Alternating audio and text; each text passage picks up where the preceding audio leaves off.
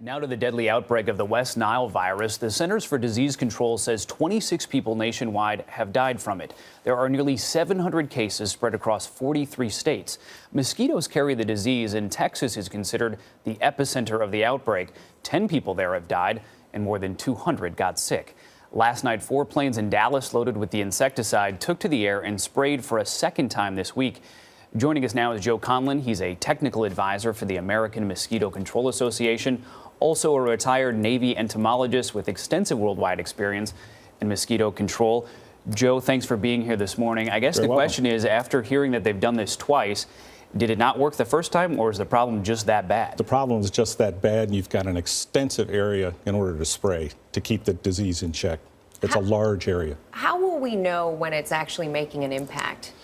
When the amount of mosquitoes go down in the traps that they're catching, and obviously in the lessening of cases of West Nile virus. That's really about the only way you're going to be able to tell. And you talk about them having to spray more because the problem is that big. Is this safe to keep doing this? I mean, I imagine if I was living there where they're spraying this, I'd be a little concerned. Well, I can understand people's concerns there, but the insecticides they're using have been fully evaluated by the EPA and have been deemed to not pose an unreasonable risk if they're utilized according to the label. The amount of pesticides they're spraying in Texas right now per acre is that much. That's what they're putting out per acre. Now, the active ingredient that actually kills the mosquitoes is only 2 grams of this, a little less than 2 grams, which by weight is about the same as 2 postage stamps. So we're not talking about a lot.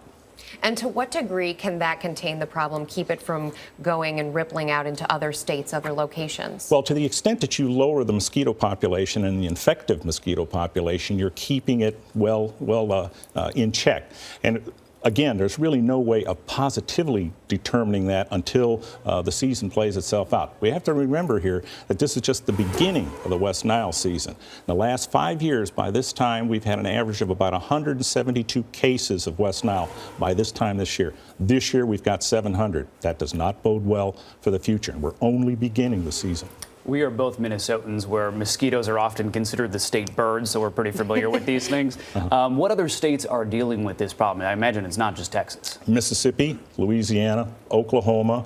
Mississippi and Louisiana in particular are having a bad time of it. They're used to mosquito control down there. They're used to aerial spraying down there, so there's not a big and large public outcry. There's a great deal of support for it.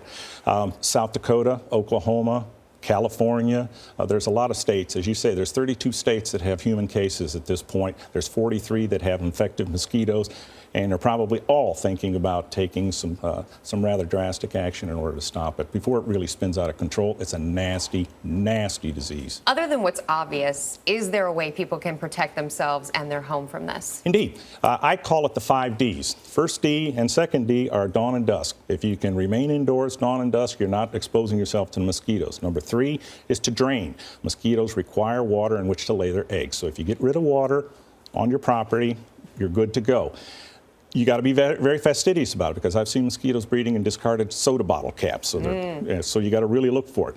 Number 4 is to dress properly. If possible, utilize long sleeves, long pants. Make sure they're loose fitting, and preferably of a light color. Mosquitoes tend to prefer dark colors. And the last one, probably the most important in many ways, is to defend. And by that I mean utilize an EPA registered repellent.